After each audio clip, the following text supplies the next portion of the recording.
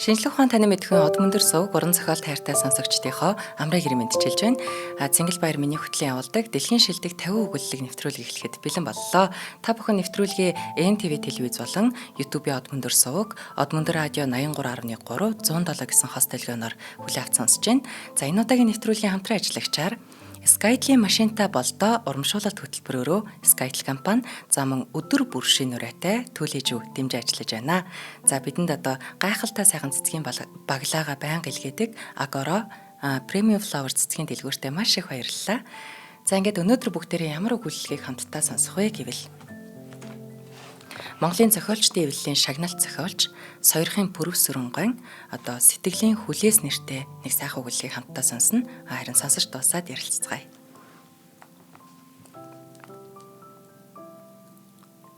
Зохиолч Соёрхын Пүрэв Сүрэн сэтгэлийн хүлээс.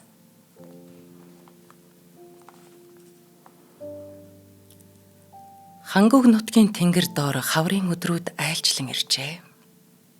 Сөвлийн гудамжинд хаа сайгүй сакура цэцэглэж, цасан цагаан цэцэгсэн үзэгслэнгоо үзэмжит байгалийн охмонлаа гэлтэй нүд баясгаж сэтгэл сэргээн. Цацрал тэр хоёр дүндээ мөний хідэн дэлгүүр лотыг бүтэн өдөржингөө тойрч гарын бэлэг цуглуулав. Тэд сүүлийн хагас жилд энэ өдрийг шиг хамтдаа дэлгүүр хийсээгүй юм. Маргааш Булганхүү Улаанбаатар ниснэ. Тэгэл тэдний гэрээхний бэлгийг бацааж явааны юм. Өөрөө л харих гэж байгаа юм шиг дэгдэж, өчүүхэнч төгшөөсөн янзгүй нэмсэглэж, энэ нь ч хөөх юм, тэр нь ч өнгөлөг юм гээд хөөхөн магшхар хамрынхаа уран самсааг дэрвэлгэн духандаа бурцаа хөлсөө жижигхэн гараараа сэвэнгүйх цацралыг хараад өрөвдөвч. Хилж зүрхлэхгүй хэнд чим хий дэмий ууралмаар санагдана. За одоо боллоо, харьяа. Хоёулаа эртхэн хоолоо хийж идье. За, миний хөөхөн хүү жаахан твччих. Хоёулаа өнөөдөр том ресторанд хоол идье. Би чамайг дайлъя. Гүй. Би чиний гарын хоолыг борцтой шүлий чинь л идмээр байна. Цацралын дүрлэгнэх алаг нүдэнд мэлтэсхийн хальж ирсэн нулимс сормоосон завсран сувдран гялтганаад алга болов. Борцтой шүлэнд миний хүн дургүй штэ. Чамайг гоё хоолоор дайлъя. Маргааш харайл бууз хуушуур чи юу дуртайгаа л идэж штэ. Өнөөдөр танайхан чиний дуртай болгоныг бэлдээл божгинж байгаа биз. Гэж хэлээд инээд алдсан ч сэтгэлд нь нуугдсан гуниг цухалзаад байгааг Булганхүү мэдэрч байлаа. Булганхүү харийн нутгийн тэнгэр дор бүтэн 6 жил сүүдрээ чирэн гэлдрэхтэй ганц удаач нутаг яваагүй юм. Булганхүү харих цаг ойртох тусам цээжинд хуралдсан гуниг бодол цуцаан үерлэвч энийг хүн хүнээс нууцлана. Харин цацралын сэтгэл хэрхэн байгааг мэдэх аргагүй юм. Цацрал гэртээ ормогцоо хувцас сольж. За, хоёулаа гарч хооллъя гэж хэлсэн ч Булганхүү зөвшөөрсөнгүй. Энгийн үед байн мах идэ гэдэг хүн өнөөдөр харин эсэргээрээ байв. Яах юм бэ? Би чиний борцтой шүлээг л идмээр байна.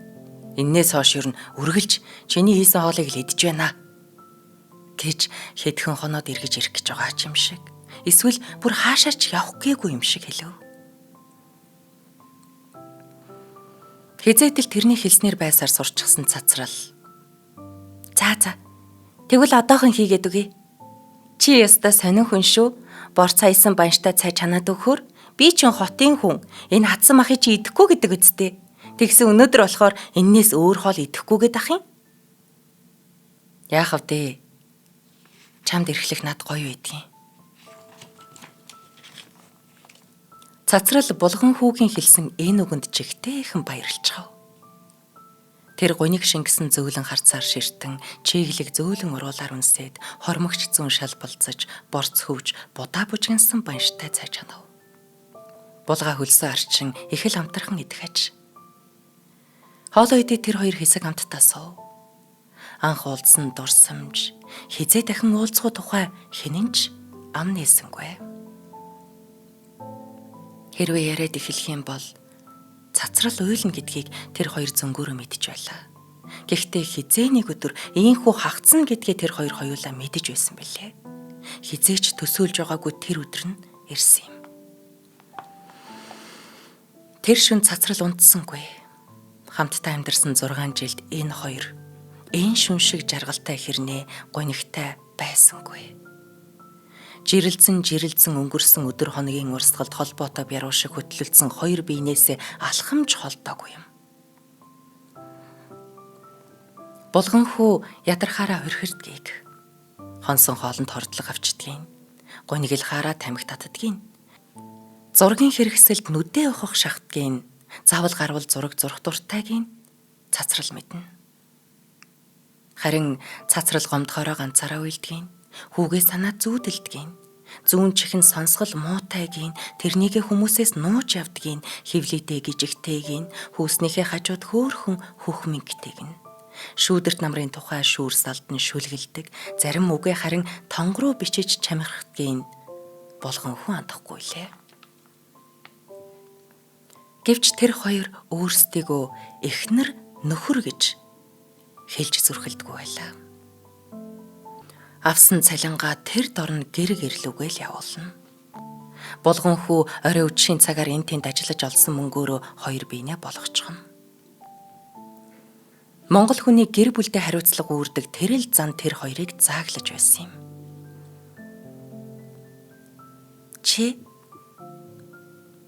маргааш үдээд их нэртэйгээ жаргалтай байх бах та гэж хэлэхдээ горойж ирсэн нулимсаа залгиж гомдлоо нуун инээмсэглэж байв. Гэвч тэр нь инээмсэглэл бишээ. Хайраа алдах харуулсал, халгаж ядсан гоморхол, харамлаж чадахгүйдээ арга нь барагдсан гониглал байлаа. Чимээ сайхан унтаж амраа. Маргааш эхнэр дээрээ очино. Бас л унтаж чадахгүйц гэд санаа алдахад булганхүү уруулын хуруугаараа дарж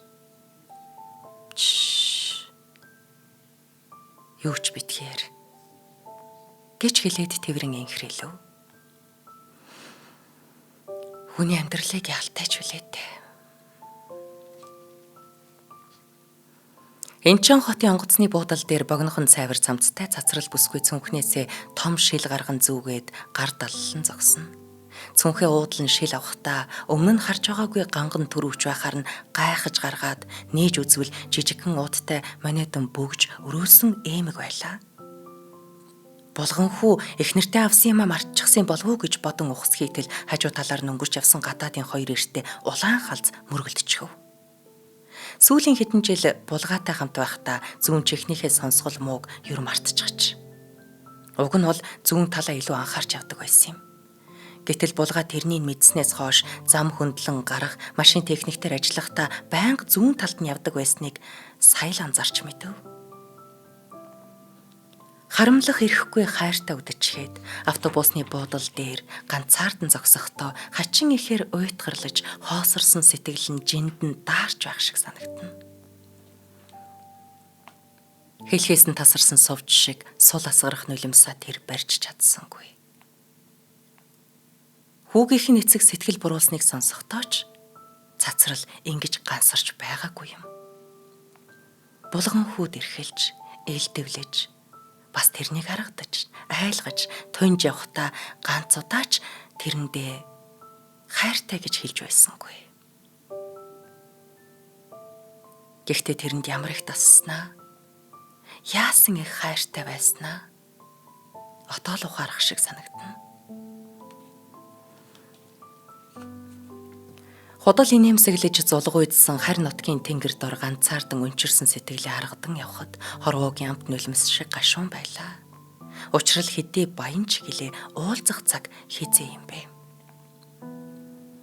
Сайн яваарай, сайхан амьдраарай гэж хоолой зангирын шивнээд үнсүүлээд үлдсэн цацралыг эргэн харж сэтгэл хорогдсоор бутсан булган хүү улс улсын сүлд далбаатай аврах том онгоцнуудын дунд зогсох биеэр жижигч молор эрдэнэ морин сүлдтэй Монгол онгоцондоо сууж эх орныхоо зүг нисэхдээ сэтгэл дэгэлзэж уйлаад үлдсэн цацаага төр мартагнав. Нэвтрүүлгийн хамтран ажиллагчаар өдөр бүр шинэ ураатай Түлээжүү дэмжиж ажиллаж байна. Түлээжүү брендийн Улаанбаатар хотын 21 салбар 400 гаруй ажилтан зөвхөн танд зориулан өглөө болгон мастер нарийн бовчдын гараар орлсон 400 гаруй нэр төрлийн Европ бэкерийг хамгийн өндөр чанар стандартын дагуу үйлдвэрлэж байна. Түлээжүү кафе хэлбэрийн концепц бүхий орчин үеийн интерьер дизайн, 5 тухтай орчинд олон улсын стандарт үйлчилгээ чанартай бүтээгдэхүүн, онцгой хамтыг мэдрүүлэх уур амьсгал таныг хүлээж байна. Улаанбаатар хотод 21 салбартаа үйл ажиллагаа явуулдаг. Та хэрвээ лавлаж асуухыг хүсвэл 75 75 75 10 утасны дугаараар за мөн www.tlgc-ийн Түлээжүү Mongolia Facebook хуудасаар зочилж болох юм. Түлээжүүдээ баярлалаа. Суудал тухлан гидийгээд сонин гарчиглаж явтал төр дуг хийч.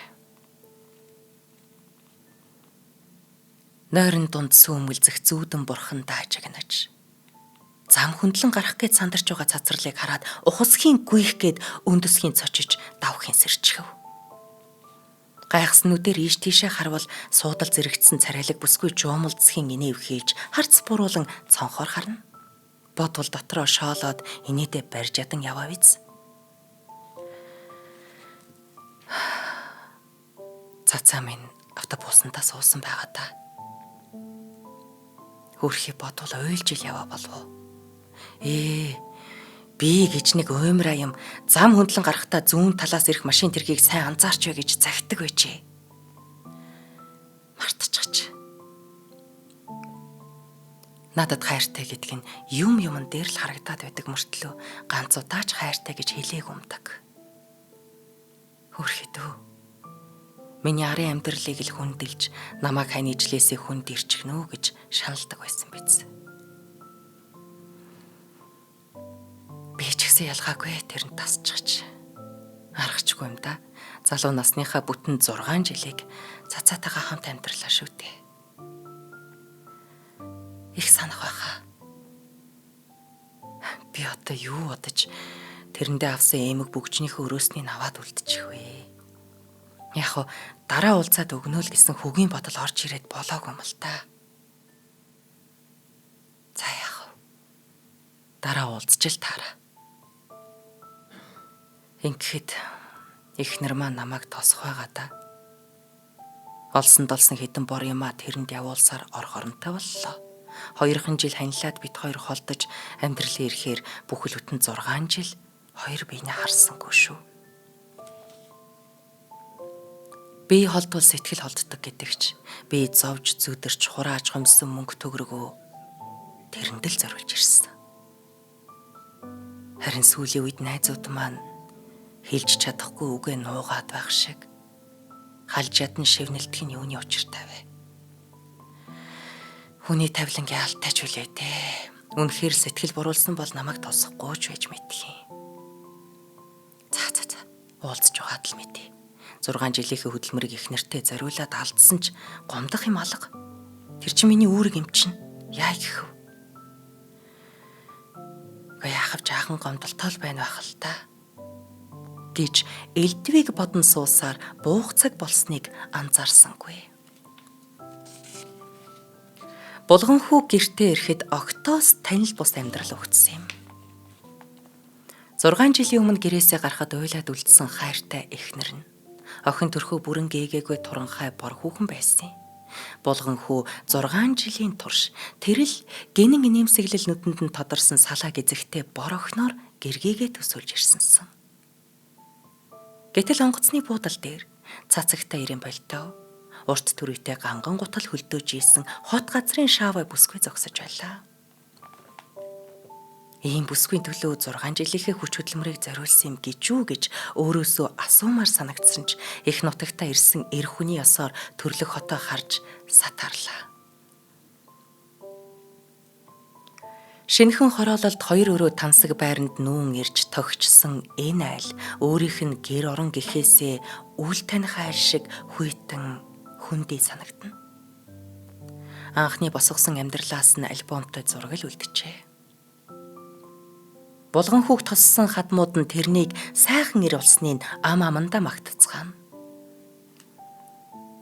Гэвч тэрний сэтгэлд Сөүл хотын жижигхэн цонхтой хуучин байр. Хөлсөө арчин инэвхийлэг цацаагийнх нь алаг нүд байн санагдах юм.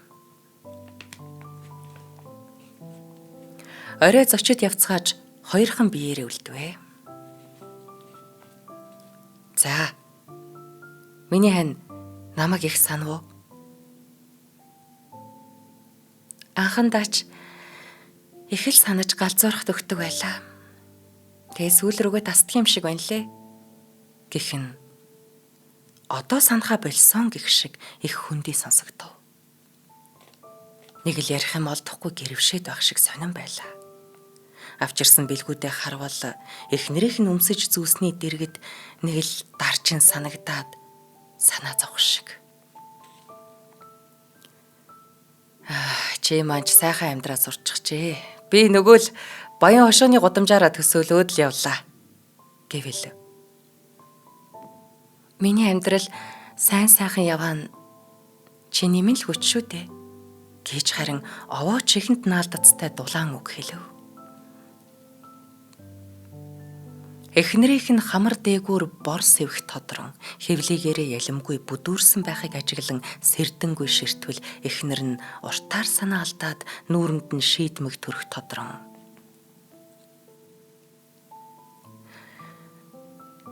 Уучлаарай болгон хүү. Нүглээс зогтох аргагүй юм байна. Чиний бодож байгаа үнэ. Би давхар болсон. Эр нөхрөө хүлээж чадаагүй нүгэлтэм намайг тэнгэр нэргсэн ч багдана. Чи намайг яасан ч яах вэ?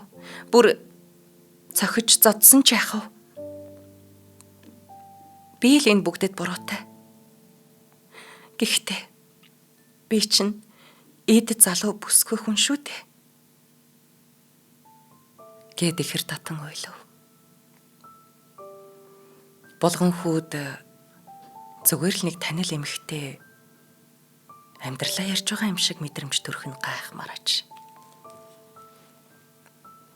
Болгон хүү сурсан зангаараа толгойгоо хоёр тийш нь хөдөлгөж нур хийлгэн дуургаад огцом эвшээснэ. За, уйлж сүйд болоод явах вэ? Миний чамайг зодож занчих гэж чи юу ах вэ? За. Хэд хоног хөөцөлдөх ажил төрөл байна. Ганц ихчтэйгээ чөмөг зөрүүлж бараагийн нэг харж. Хэд хоноод ирээдээ. Юу гэж байгаа юм бэ болгон хүү? Би явъя. Энэ байр чиний л хөлс хүчээ урсган байж авсан байр. Энэнд надад хорогдох юм байхгүй. Би давхар чамайг хаашаа яв гэх вэ дээ. Одоохондоо чи миний ихнэр хിവэрэ байгаа шүү. Уг нь би нутагтаа амьдрах бодолтой ирсэн. Тэгсэн байдал ийм байхад би яах вэ дээ? Үлдсэн амьдралаа бодъё доо. Хүүхдээ чи эцгийг би таних болов. За. Таниад ч яах вэ дээ? Гэж өөрийнхөө асуултанд өөрөө хариулв. Чи танихгүй баха. Бид хоёр нэг сургуульд хамт багшилдаг юм.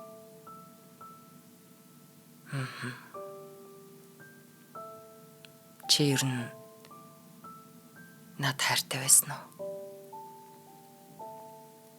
Хайртай байсныг чи мэдэн штэ.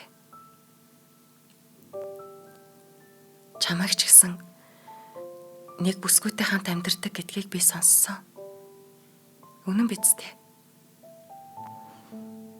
Үгүй гэж гүрэхгүй. Гэхдээ би хангуйт өнгөрөөсөн 6 жилийг чиний төлөө, өөрсдийнхөө төлөө өнгөрөөсөн гэдг нь маргаангүй үнэн. Гэснээ хатан маавда задалсан вискинээс аягны дунд хэрэг хийгээд нэг амсгаагаар татаж орхив. Тэр бүгдийг ойлгож сэтгэл шуударчээ. Тэрний сэтгэлд цацралтай өнгөрүүлсэн өдрүүд л эргэлдэнэ. Тэрээр гадаа гарч нам гүмхэн шөнийн цэнгэг агаар цээж дүүрэн амсгалж одож ширтэнд тамхи байгуулж хэсэг зогсоод орж ирэв.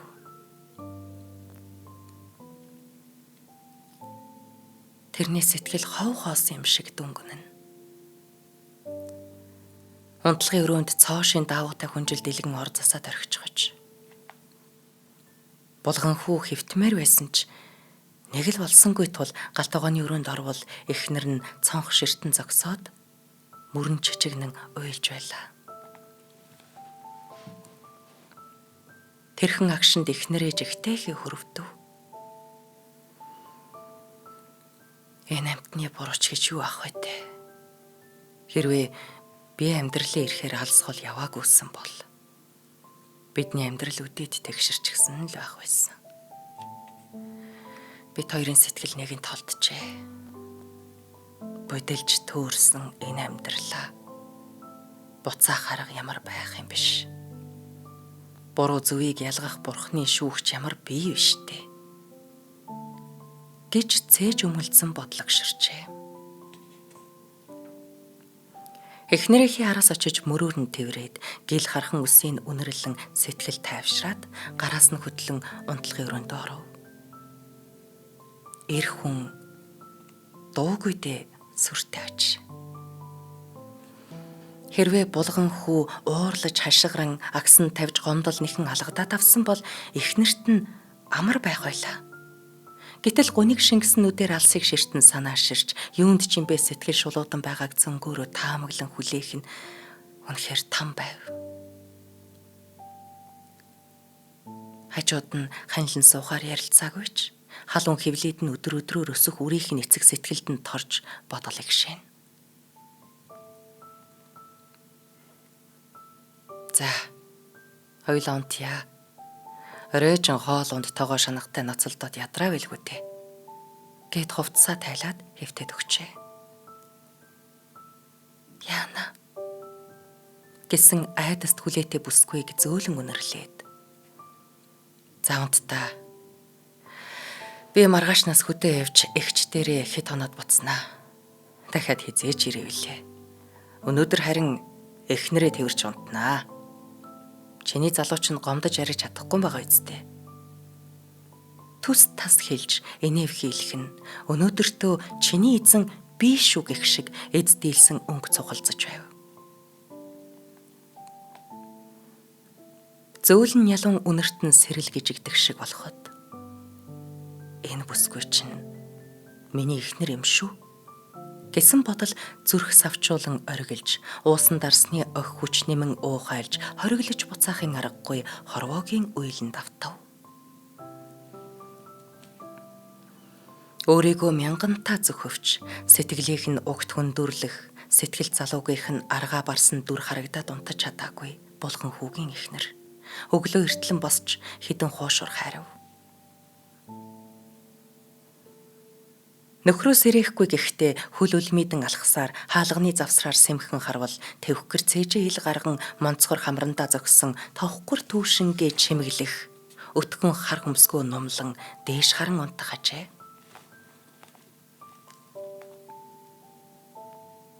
Дэндүү сайхан иршүү хань минь гэж бодсноо үл мэдэг инэв хийлэн. Хоёр ирийн дунд яахаа мэдэхгүй салгалж байж юун ч ангархай татартай юм бтэ гэж өөрийгөө баалав. Оройчин хямарч уйлсны улам өр болж хоёр нүд нь хавдан сэлхэрчээ. Гэтэл гэмшсэн сэтгэлтэй зэрэгцсэн аваалэр нөхөр нь замын дунд учирсан үл таних нэгэн луга хайрлаж инхрийлэхийн учиргүй унтаад өгсөнд ялимгүй гоморхох сэтгэл төрж шингэн цэнхэр гуниг сүүмэлцгээгээд замхархаж. Аргагүй дээ. Хээлтэй эмийг хэн л хайрлаач. Харин ч бүр хөөгд гаргачхаагүй нэг юм. Эсвэл эмэс октоор дуталгүй эр бие нь хагсраагүй яван болов уу? Миний л төлөө хүний нутагт ажиллаад ирэхэд нь эхнэр нь гидсээ чирчгсэн зогсож байдаг. Би ч яста нүгэлт юм да. Тэгтэл хэзээ ирэх нь мэдэгдэхгүй эр нөхрөө 6 жил хүлээсэн залуу халуухан бие цогцос яаж шаналж тарчилсныг надаас өөр хэн мэдхий. Хэдийгээр нөхөр минь мөнгө төгрөг өмсөж зүүхээр дутаагаагүй ч гэсэн эмнэг хангал биений цангаа тайлах эр хүн надад дутагдчихсэн. Бурхан минь гэж би ч одоо юу бодоод байгаа юм бэ? Оройч мессеж бичсэн ганаач гэсэн намайг буруугаар бодож байгаа. Тэрэнд юу ч хэлээд ойлгохгүй биз. Хэдийгээр хайртай залуугаасаа хүүхэдтэй болсон ч гэлээ эр нөхөртөө эрхэлж төнөх, инхрийлж таалах хүсэл оргилж ирэх агшинд үл тоож унтахт нь гомдол эвлэх нь юуных юм бэ? Эсвэл би хандаа, булгаадаа отооч гэсэн хайртай юм болов уу? Яста бүү мэд. Орхиод гараад явчих бол ууралчих юм болов уу? Сэрэхүү. Яасан хэцүү юм бэ? Хоёр нөхөртэй хүн шиг. Ганаач гэсэн намайг хаяад явбал явна л үсттэй. Би л ав тэрэнд нөхөр маань яагаачгүй гэж хэлнэ. Харин үл итгэсэн эргэлзээ ажиглагдах юм бол би тэрнийг орхино. Би хүүхдээ өсгөж чадна. Булгаа надад тэртээ дэргүй явна гэдгээ өчигдөр орой хэлсэн. Хадгаламжинд аавын өгсөн хэдэн төгрөг байгаа. Тэрнийг булгаад өгнө. Ядаж бил хийж буцахтаа хэрэглэгдээ. Булгааг бол би яасан ч уучлана. Тэр бол миний эр нөхөр, миний төлөө юугаач хайрлаагүй эр хүн. Харин ганаа бол хүүхдээ маань л эцэг. Надад хайртай. Би ч гэсэн тэрэнд хайртай. Гэхдээ ойлгохгүй гомдоовол тэрнийг орхиж чадна. Ганагийн ухаан мэтгэл хэрэг. Хаттлаа хүлээсэн ханиа тэрсэн ч хагассан сэтгэлээ амрааж чадаагүй би золгүй юм. Гэж өнгөрсөн хийгээд ирээдүгээ зүйлээр бодох булгаагийн эхнэр өөрийнхөө амьдралд шаналн байлаа. Эхнэрийнхээ хэрхэн шаналхыг сэмхэн харж хөвдсөн булган хүү ухсхийн босч гар нүрээ угаагаад гарч иртэл хаалга тогших сонсогдов. Гэтэл гэргийн давхын цочиж яхаа мэдэхгүй бүртэлцэх агшинд хаалгын бүрч хүчтэй бичиг нүлнөдөө. Битгий онгойлго гэж хэлхийн завдалгүй булган хүү шуудхан очоод хаалга нээвэл шүнжин архицсан шинжтэй улаан нүдэлсэн өндөр залуу зогсож байсан нь ганаа байлаа. Хаа. Чи нөгөө хайр гаргаас ихнэрээ тижээдэг халахад байхгүй баян ирүү гэд үгс үггүй гар саван булган хүүг тас хийтэл шанаадчихлаа. Гэн сэрэггүй байж байгаад уруулаг хэгц цогүүлсэн булган хүүгийн зүүн гар гялс хийж шазрун ирэн эрүүн тус газар сурмаг цогхоход сүхтүүлсэн өхөр шиг гарын даган лагхийн унаад өндийж чадсангүй. Сурсан эрдмийг сураар боож болохгүй гэдэг яасан үнэ үгүй лээ. Хүүхэд насны томоогүй зангаар төмөр замын залуустай гар зөрүүлж солгой булгай нэртэй манаргаж явхдаа сурсан цохилт 6 жилийн дараач хэвээрээ байгааг гайхах юм. Нүд ирэмхийн зур болоод өнгөрсөн эрчүүдийн тулаанд нүд дүрлийн цочирдсан бүсгүй ухасхийн гүйж ганааг өндийлгөөд. Ингэж яхаар намайг алаад өг. Би та хоёрт гомдохгүй гэж ойр дуу тавин ойлов. Гэтэл арайхийн үндийсэн ганаа гар сунгон. За хөгшин танилцъя. Ганаа гэхэд булгаа цустай завжаа алчуураар дарж. Булган хүү гэд гар барин танилцав. Галтогооны өрөөнд гутлаа тайлахгүй орж суусан ганаа цамцаа сүхэн шил арх гаргаж ирээд ширийн дээр байсан шилэн аяганд дүүртэл хийн булган хүүд бариад. За анд минь эр хүн шиг ярилцъя. Энэ хүүхнийг эхнэр чинь гэдгийг би мэднэ. Гэхдээ би тэрэнд чинь хайртай. Чамайг хүний газар амьдралынхаа төлөө нүцгэн гараараа зүтгэж явхад эзгүүчилсэн нүгэл ганц минийх юм шүү. Энэ мөн хүүхэн яах вэ? Богино жолоот бүсгүй заяа. Чи сайхан залуу байна. Чамд эхнэр мандахгүй. Харин чиний хуруу хумсаа хуухлах шахам цуглуулсан байр савч нь бол бидэнд хүртээлгүй. Ганцхан энэ хэвлийдэн боожж байгаа үрийн минь ихийг л орхичих. Бид хоёрыг өршөөч ханд минь. Би буруутай, үнэхээр чиний өмнө түмэн буруутай. Урд шөнө би унтч чадсангүй. Шүнж архиулаа. Би архичин биш шүү. Гэхдээ би тайван сууж чадахгүй байна. Тэгээд эцэст нь чамтай уулзах гэж ирлээ. Уг нь зодтолдох гэж ирээгүй юм шүү. Чамаас өршөөл гуух гэж л ирсэн. Харин хаалга тайлж өгсөн чамайг хараад гинэт гар хөдөлж өглөөхөө. Уучлаарай. Чи жирэмсэн хүүхнэр яах вэ те? Гэж тултраатан өглөв. Аяга дүүрэн архийг гэж огцсон мүлээснээ ганцхан амьсгаагаар татсан булган хүү шийдмэг янзаар харснаа.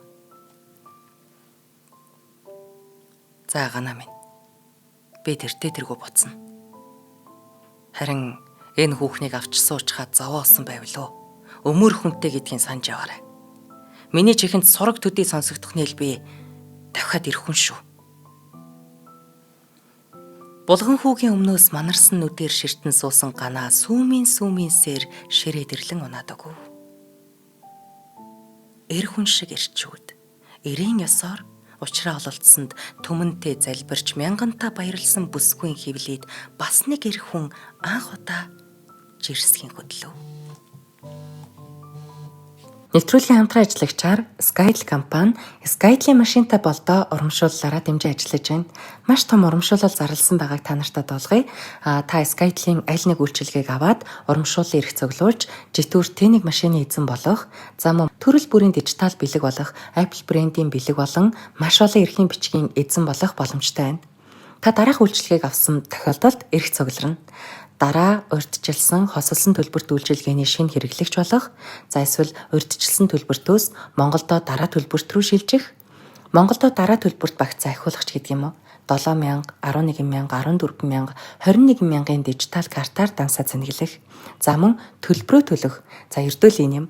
Та цуглуулсан эрхээ Skytel аппликейшнээр ороод шалгах боломжтой. Та Skytel-ийн үйлчилгээг Skytel-ийн салбарууд болон Sky Kiosk, за мөн Skytel аппликейшн веб ашиглаад бүх төрлийн үйлчилгээгээ авах боломжтой. Лавлахыг хүсвэл 1815 Skytel компанид баярлалаа. Харин булган хүүг үдэж өгчхөөд ганцаараа буцсан цацрал түүнийг үгүйлэн ганцаардаж шүнж унтаж чадахгүй айдаг байлаа. Ойрхон байдаг ганц нэг үйлдвэрийн найзууд нь тэрний зовлонг ойлгож өрөвдөн. Тэд ч бас хосоор амьдардаг бөгөөд тэр хоёрын зовлон хэзээ мэдгүй өөрсдөд нь ирнэ гэдгийг мэдэж байв. Гэтэл булган хүүгээр орчуулга хийлгэн ажилд орж цалин хөлс болж бүтэхгүй бүхнээ зохицуулдаг. Тэгээд булган хүүг хармагцаа том ах хэмээн далдгандаг ганц нэг эрчүүд бусдын гүнд санаархах азарган үрэ аятай урдуур хойгуур нь унгалдан уур хүргэнэ. Тэр дундаа цэцэг гамбаа гэж энэ тэндээс хуучин хөргөвч телевиз ширээ сандал түүж явдаг туранхай шар залуу ээлт үдэн хандрахад дараа 7 хоногт булгаа ирнэ шүү гэж хандын төрж чадахгүй дарна. 6 жилийн өмнө цацрал анх Солонгост ирчгээд юугаач мэдэхгүй гинэн явхад ойролцоо үйлдвэрийн хитэн монгол залуус тааралдаад ирээд удаагүй хөтөө өссөн бүсгүйг ангайтал найрч хамт түндэмүү явж Монгол таванд хоолцоож байсан юм. Оройхон хэр буцах гэтэл ямар автобусаар яаж харихаа мэдэхгүй заагаад өгөөч гэвэл "Хүчээ ямар сүртэй юм бэ? Энд наргиж онцгоогод өглөөр түргээд өгье л дөө. Монгол бүсгүйдээ хангуг эсийг үзүүлнэ" гэж ирэдэл архиар тал талаас нь шахжээ. Арга нь барагдсан цацрал тэдгээр залууст уурлаж "Гү та нар чинь яасан муухай хүмүүс вэ? Хамт хоол идчихээд ирээ удахгүй гэж хэлчихэд одоо болохоор ийм яриад тахтай ядгийн" гэж нулимс унган өглөв. Залуус илт дээрэнгүй хандаж "Гү чи явбал явал да. Харин замдаа төөрчих вөө" гэцгэн элэг барин инээлдэцгээжээ. Гэтэл хажуухан тоолж байсан биерхүү өндөр залуу босч ирэн "Хөөе, та нар газар мэдэхгүй шинээр ирсэн хүнд яасан их томорцгоох юм бэ? Өөрсдөө яаж авснаа мэдэхгүй хөргөж өгөөч. За чи дутаж амьдар" гэж архины аагаар томорцгов. "За залуусаа, харалсан гарууд байгаа бол цагдаад баригдаж өөртөө гайж хэрвдээ. Хоёроо надтай уулзчих. Ойр тарин нуруу туруу чилээд байсан юм" гэд хамгийн онгироо хоёр залууг дагуулад гарав. Тэнд байсан монголчууд бүгд л цацрал руу муухай хараад байх шиг санагдана. Гэтэл удсан чгүй нөгөө гурав орж ирэхэд бүгд харлаа. Өндөр залуу маань дараагийн хоёрыг дуудаад гарах гэтэл эхний хоёр залуу араас нь очиж уулзцаагаад буцаж ирэв. Тэд ширээнд сууцгаан шин арх задлах гэхэд өндөр залуу маань хорж "Та нар буудалд орж нариг. Энд баривчилгаа их шүү. Би энэ охиныг хүргээд өгчээ. Гэр ойролцоо юм байна."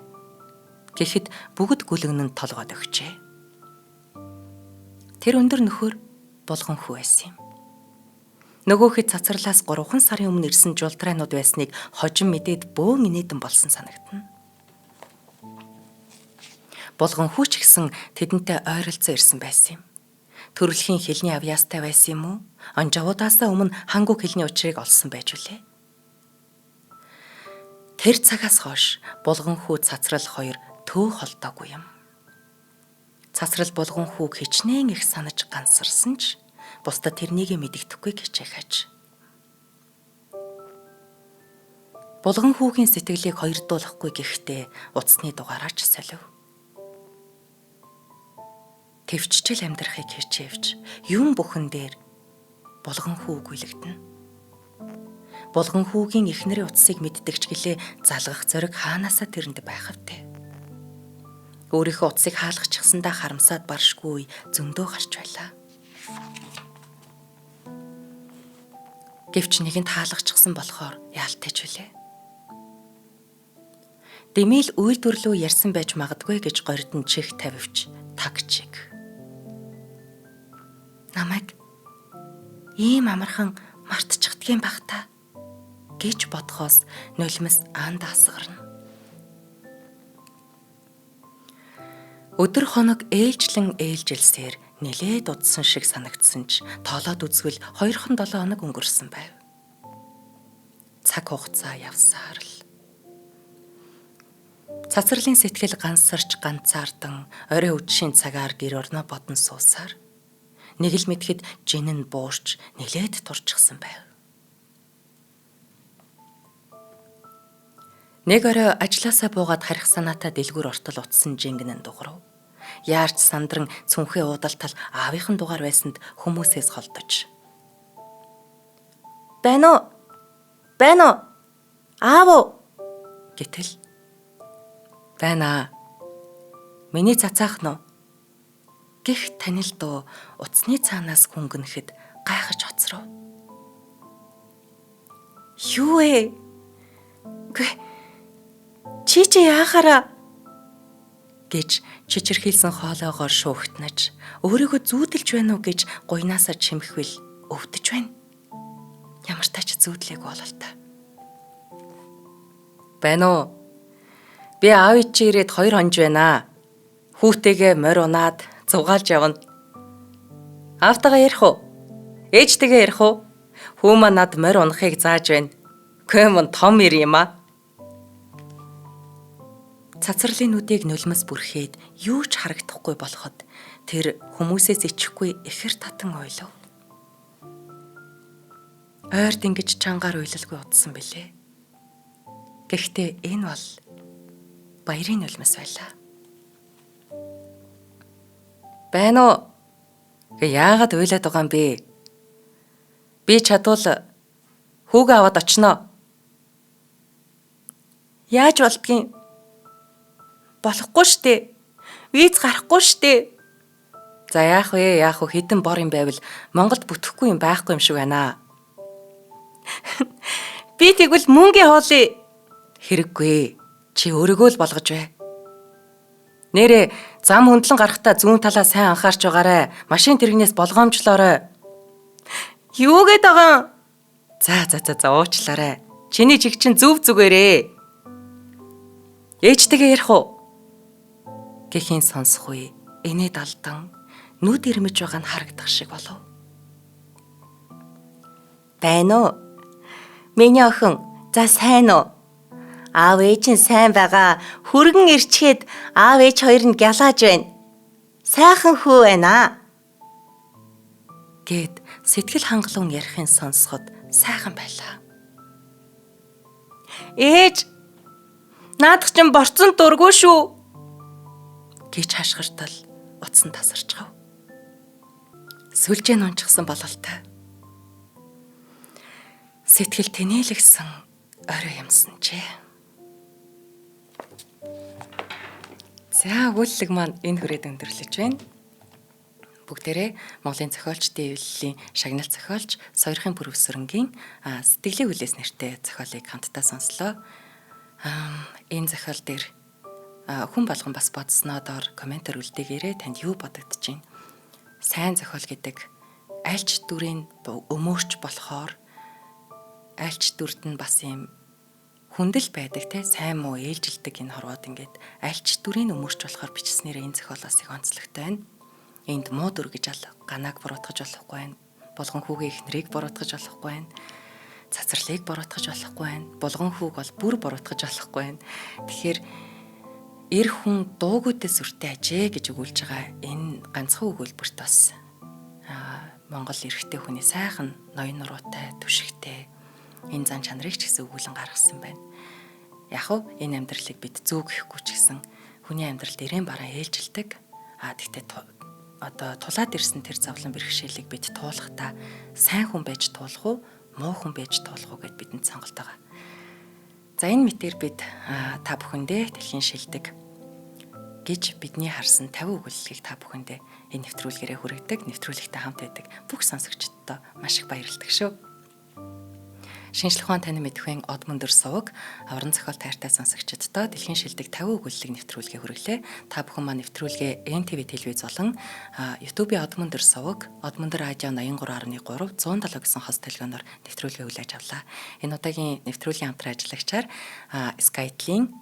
Skytel машинтай бол урамшуул төлбөрөөр Skytel компанид дэмжиж ажиллалаа. За мөн өдөр бүр шинэ үрээтэй түүлэж юм маань дэмжлээ. За бидэнд бас гайхалтай сайхан цэцгийн баглааг илгээж нэвтрүүлгийн маань чимж өгдөг Agora Premium Flower цэцгийн дэлгүүрийн хамт олондоо маш их баярлалаа. За ингээд дараагийн нэвтрүүлгээрээ дараагийн хүлэлгээрээ олцгаая.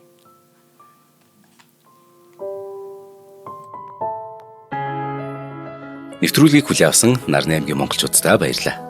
Од мөндөр суваг нь энэ мэдчлэн таны мэдхүйн мянган нэвтрүүлгийг 2026 оны 7 сарын 1 хүртэл та бүхэндээ хүргэх юм.